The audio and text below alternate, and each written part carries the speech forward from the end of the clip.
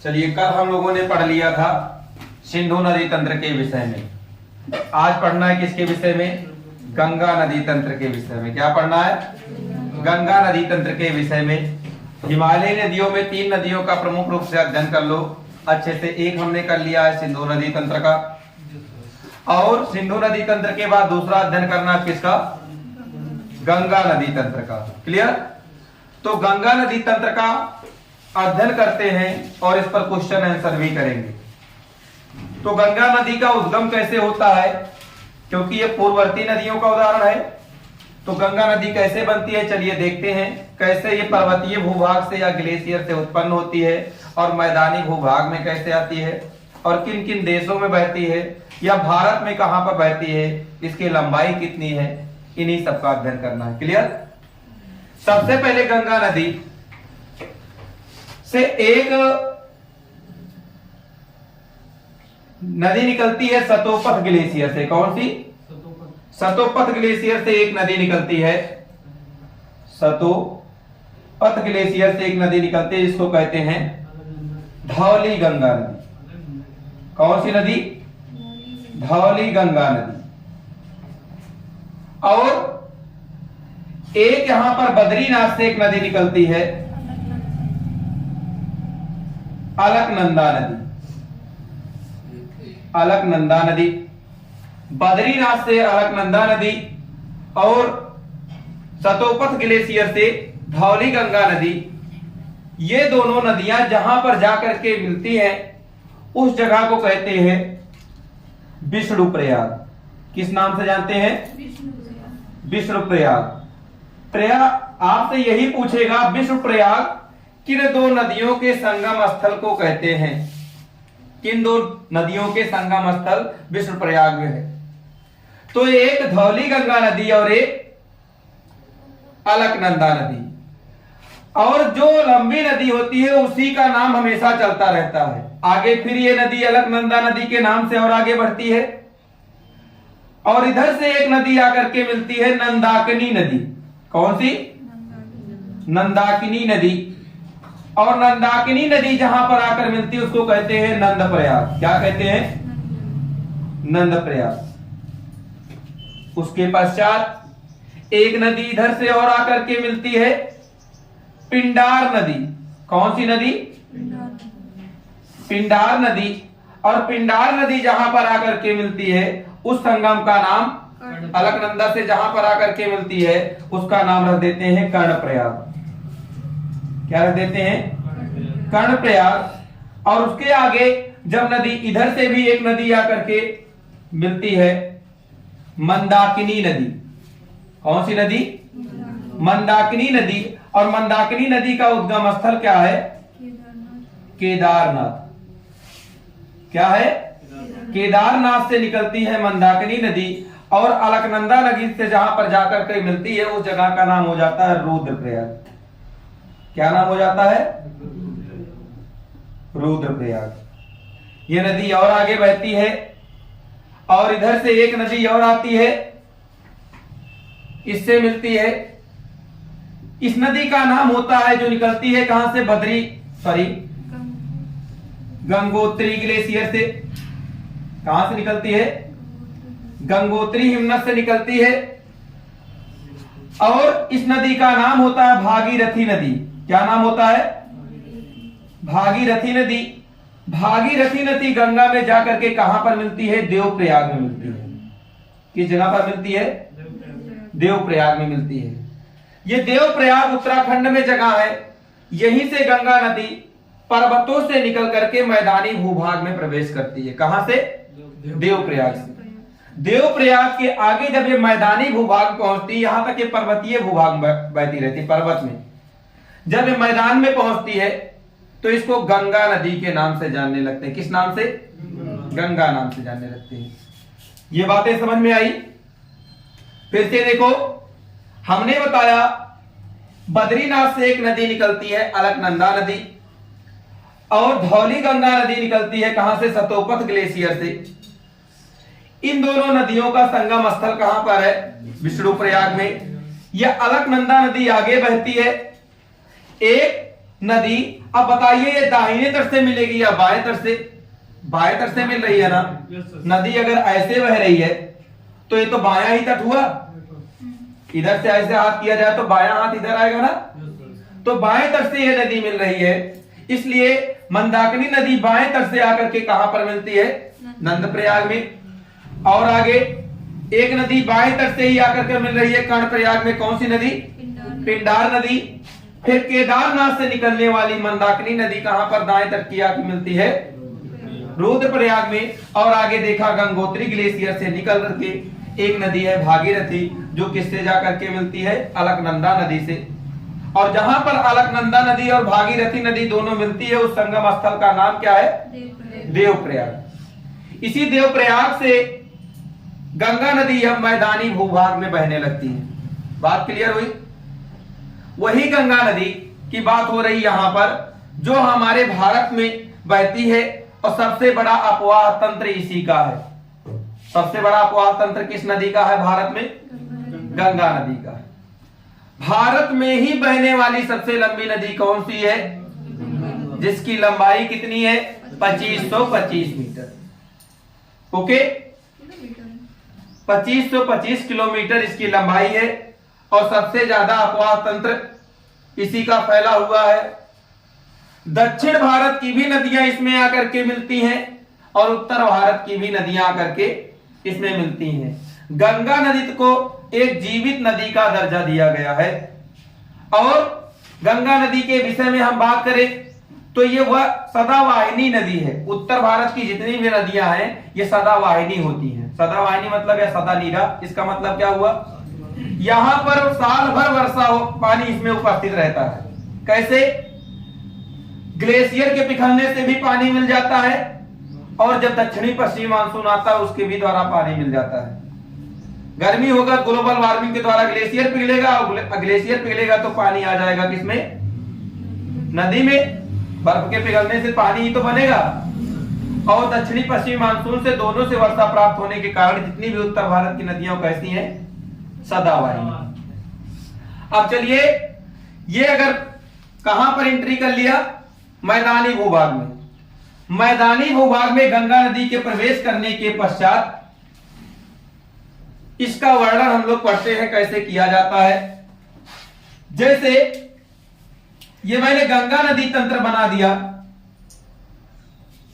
गंगा नदी तंत्र में सबसे पहले एक नदी आकर के मिलती है देवप्रयाग के बाद, रामगंगा नदी। कौन सी नदी? रामगंगा नदी। और रामगंगा नदी के बाद एक नदी और आकर के मिलती है इससे, कौन सी नदी? गोमती नदी। और ये गोमती नदी जो है ये किसी मैदान से निकलती है। आएगा गंगा में मिलने वाली कौन सी नदी है जो किसी मैदानी भूभाग से उसका जन्म होता है? तो किस नदी का? अब दिमाग में आया किस मैदानी भूभाग से जन्म होता है? तो यहीं पर पीलीभीत के पास में एक झील है। पीलीभीत के पास में क्या है? झील है। और उस झील का नाम क्या है? फुलहर झील। फुलहर झील। कई बार प्रश्न आया है, फुलहर झील से यह नदी निकलती है। कौन सी? गोमती नदी। कहां से निकलती है? फुलहर झील। और इसी गोमती नदी पर दो महत्वपूर्ण हमारे शहर भी स्थित हैं। एक हम लखनऊ की बात कर रहे हैं, लखनऊ भी इसी पर है, लखनऊ। और एक जौनपुर भी। लखनऊ और जौनपुर किस नदी के किनारे बसे हुए हैं? गोमती नदी के किनारे बसे हुए हैं। क्लियर हुआ बात? इसके आगे बेटा एक नदी इधर और बहती हुई आती है जिसको कहते हैं घाघरा नदी। क्या कहते हैं? घाघरा। घाघरा नदी जाकर के गंगा से मिलती है। उसके बाद एक नदी और इससे निकलती है, गंडक नदी। कौन सी नदी? गंडक नदी। गंडक नदी ये नेपाल से होते हुए आकर के किससे मिलती है? गंगा नदी से मिल जाती है। और सबसे इसके बाद एक नदी आती है बिहार से होते हुए, कोसी नदी। कौन सी नदी? और कोसी नदी किससे मिल जाती है? गंगा से मिल जाती है।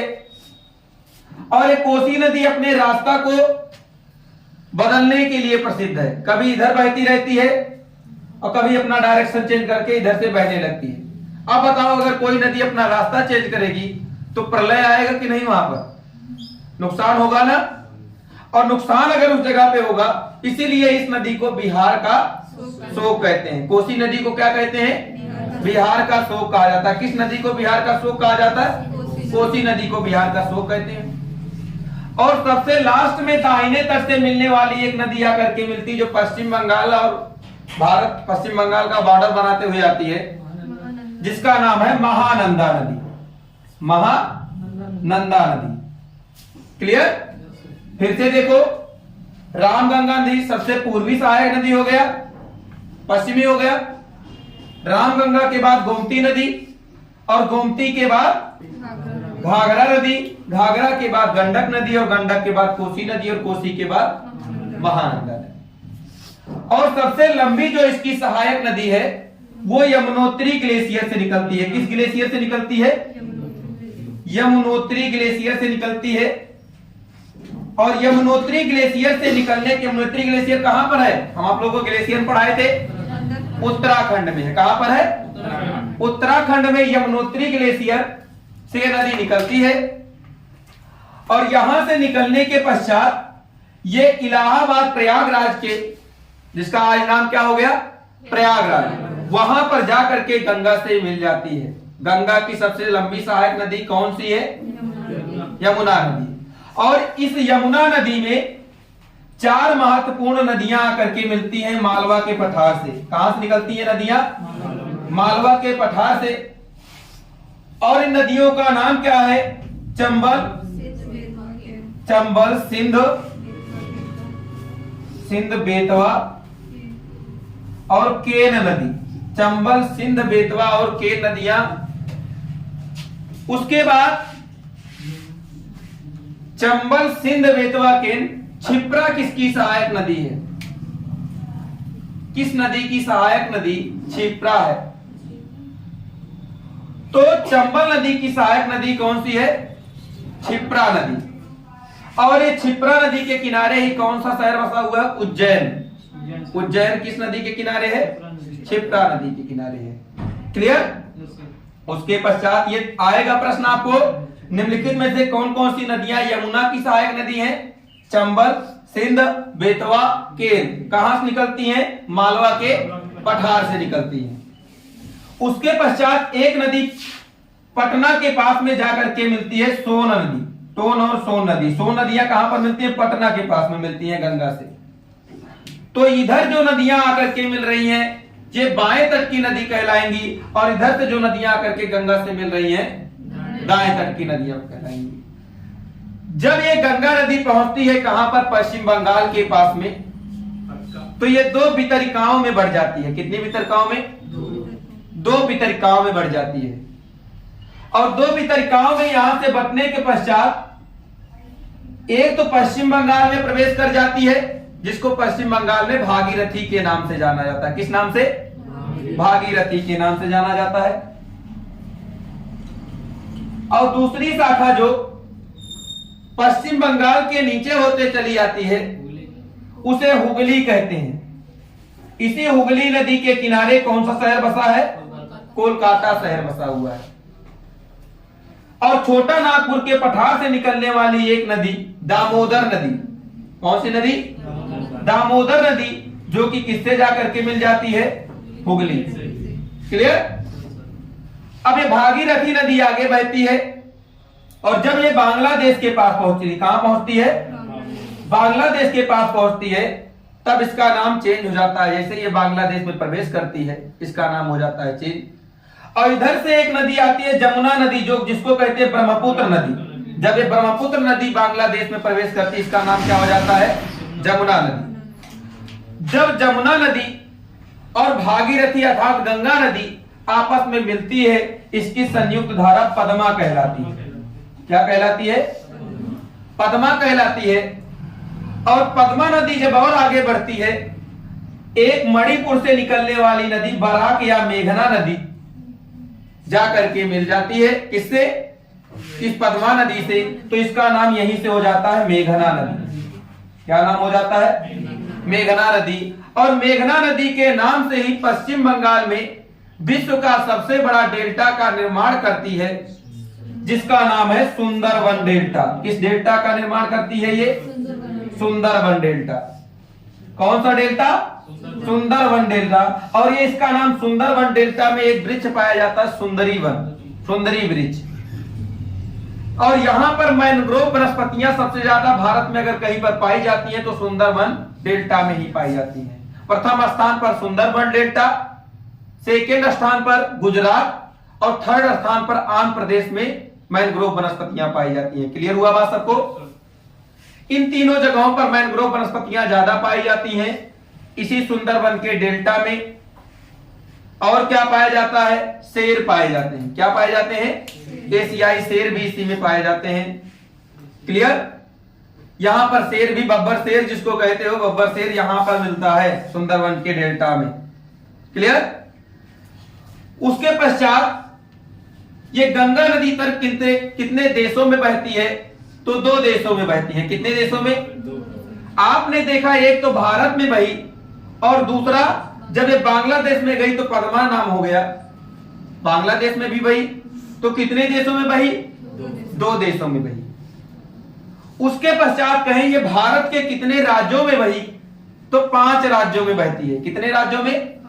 5 राज्यों में। सबसे पहले ये उत्तराखंड में गई, उत्तराखंड के पश्चात यूपी में गई और यूपी के कितने जिलों में बहती है? ये 28 जिलों में बहती है। यूपी के कितने जिलों में? 28 जिलों में। और यमुना कितने जिलों में यूपी के बहती है? 19 जिलों में। यमुना 19 जिलों में और गंगा। तो सबसे पहले उत्तराखंड, उत्तराखंड के बाद उत्तर प्रदेश और उत्तर प्रदेश के बाद बिहार पहुंचे। देखो बिहार, कोसी नदी बिहार में है ना, बिहार पहुंचा। और बिहार के पहुंचने के बाद झारखंड और झारखंड के बाद पश्चिम बंगाल और पश्चिम बंगाल के बाद बांग्लादेश दूसरे देश में प्रवेश कर जाती है। अर्थात कितने राज्य हो गए? उत्तराखंड 1, उत्तराखंड 1, यूपी 2, बिहार 3, झारखंड 4 और पश्चिम बंगाल 5। 5 राज्यों में बही कि नहीं बही? अर्थात कह सकते हो कि गंगा नदी कितने राज्यों में बहती है? 5। जबकि इसकी सहायक नदी जो यमुना है वो एक और राज्य में जाती है। कहां पर? हिमाचल प्रदेश में भी ये थोड़ा सा जाती है। क्लियर? यमुना थोड़ा सा हिमाचल प्रदेश में जाती है लेकिन गंगा हिमाचल प्रदेश में नहीं जाती है। अगर आएगा गंगा नदी का उद्गम मैदानी भूभाग में कहां से होता है? तो देवप्रयाग से। कहां से? देवप्रयाग से हो रहा है ना, यही तो मैदानी भूभाग में निकल रही है गंगा। और गंगा नदी को पवित्र नदी माना गया और इसे जीवित मानव का भी दर्जा दिया गया है। सबसे पवित्र नदी कौन सी है? गंगा नदी है। बात क्लियर हुई सबको? ये इसकी नदियां जितनी थी मैंने आपको बता दी, इंपॉर्टेंट। इससे ज्यादा आपको इस नदी में कुछ भी नहीं पढ़ना है। तो बताओ उज्जैन किस नदी के किनारे है? नहीं, उज्जैन क्षिप्रा नदी के किनारे है। जौनपुर किस नदी के किनारे है? लखनऊ किस नदी के किनारे है? किनारे बसे शहर भी प्रश्न आते हैं। या हम कहें यमुना नदी गंगा से कहां पर मिलती है? प्रयागराज में। सोन नदी गंगा से कहां पर मिलती है? पटना में। कहां पर मिलती है? पटना में मिलती है। सबसे पूर्वी गंगा की सहायक नदी कौन सी है? महानंदा। सबसे पूर्वी महानंदा। सबसे पूर्वी सहायक नदी कौन सी है? महानंदा। ठीक। और कहे हम बांग्लादेश में सबसे अंतिम सहायक नदी पद्मा की कौन सी है? मेघना। कौन सी सहायक नदी है? मेघना। और मेघना नदी का उद्गम कहां पर होता है? मणिपुर स्टेट से। कहां से होता है? मणिपुर स्टेट से। इस प्रकार से आपको इस पे प्रश्न बनता है। अच्छे से इसका नॉलेज ले लीजिएगा। गंगा के नाम से पहले किन किन नामों से जानी जाती है, कहां कहां पर इसका मिलन होता है, कहां कहां पर कौन सा संगम है। उसके पश्चात गंगा जब मैदानी भूभाग पहुंचती है तब कौन कौन सी नदियां मिलती हैं और कहां पर मिलती हैं, कौन दाहिने तट से मिलता है, कौन बाएं तट से मिलता है, कितने राज्यों से बहती है, इसकी लंबाई कितनी है। यही सब प्रश्न आपके एग्जाम में आ सकते हैं। तो आज के लिए इतना ही। चलिए कंफर्म करिए।